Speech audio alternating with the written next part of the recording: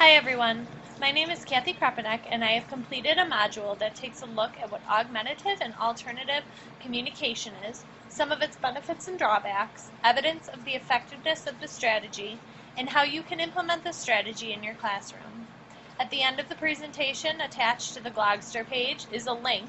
There you will find a short quiz to sum up what you have learned about this module.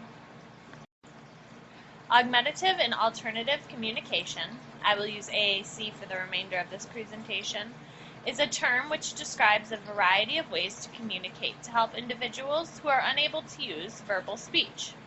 It is a way to assist individuals with severe expressive communication disorders in their ability to communicate with others expressively. AAC can be used with individuals who have autism, cerebral palsy, mental retardation, and developmental apraxia of speech, which is a condition where the student has trouble saying what he or she wants to say. The goal of AAC is to provide the most effective means of communication to the individual in order for them to be able to communicate in a variety of ways with other individuals in many different situations. The age that AAC benefits individuals ranges greatly in both directions. Really, anyone who has a disability that makes it hard for them to communicate will benefit from the use of AAC. It is a way for them to express their wants, needs, ideas, and thoughts. AAC is also a benefit to parents and family members because they are now able to communicate with their children in various ways other than verbal communication. When looking at the research done for this strategy, much has been done to prove that students with severe disabilities do benefit from augmentative and alternative communication. Svecik et al. In 2004 stated that youth with unsuccessful language learning histories have significant potential for language learning. This study, called the Research Directions in Augmentative and Alternative Communication for Preschool Children, takes an in-depth look at a child and family's experience with AAC. Through the study, they follow a 4-year-old child receiving AAC. The boy uses 4 components of technology to assist him. A speech output device was used, a symbol vocabulary system was utilized, and SAL was used. SAL, S-A-L, is assistive technology used for the blind. Data was collected by video at school as well as at home by the family members. Because the child was using the device at school appropriately, this carried over into the home routine, and results showed that the student immediately responded to the usage of this device. This kept the child engaged and on task. Data showed the child to be more engaged and active in lessons when he was using his technology devices rather than not. Romsky and Svecik, 1997, worked together to look at AAC for children with developmental disabilities. In this article, they explain that advances in technology afford new opportunities for both facilitating language learning and exploring additional dimensions of instruction.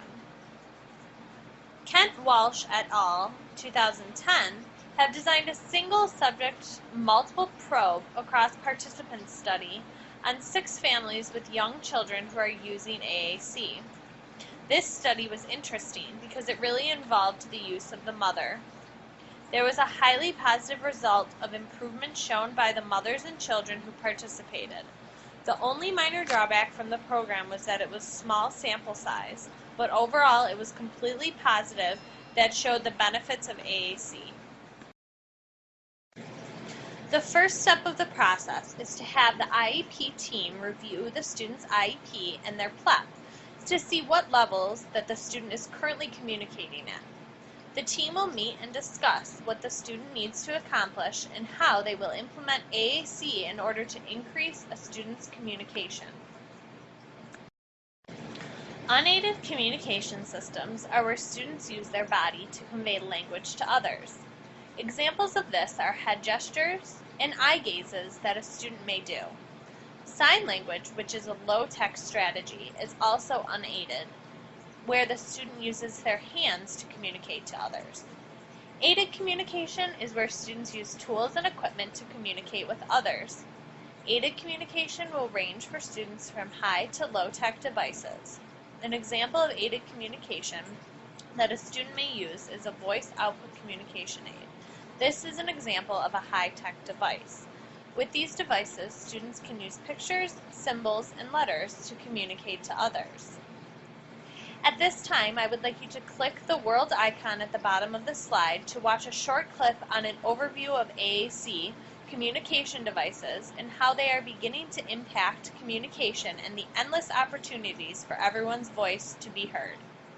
If the world icon doesn't open at the bottom of this page, then you can just copy and paste the link that I have provided for you, which is right at the bottom of this slide, and put it into your web browser to watch this short clip. Step 2 should provide students with opportunities to practice AAC and begin the generalization process. There should be many opportunities for the child to interact with others throughout the day and at home in order for them to practice their communication skills.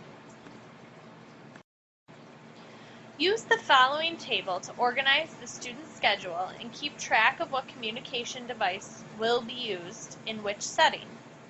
This table can also be modified and used to collect data on students' progress in the use of the equipment.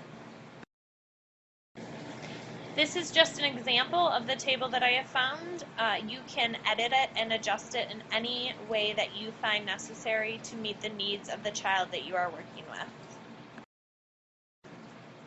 To sum up this presentation, this is a list of the resources that I have used to inform everyone on AAC and the procedures that follow.